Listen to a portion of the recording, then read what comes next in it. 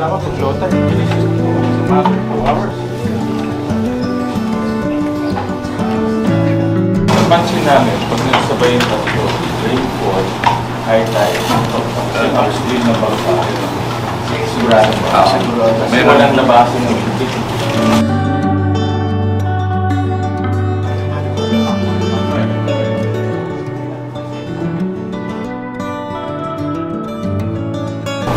So in 10 years, nag-relocate kami na ng almost 15,000 mga sa tabing ilog.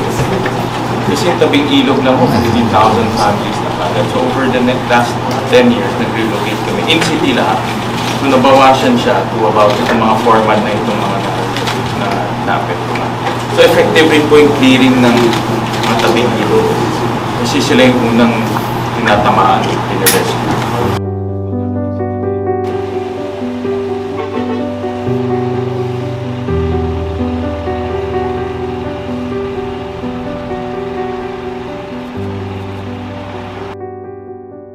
Kung kayo nakalala, hanggat kailangan ninyo maiwan dito sa evacuation center, patuloy na ang pagbigay namin ng relief good at patuloy ang gagawin ng pagbigay ng inyong mga kagamita at kailangan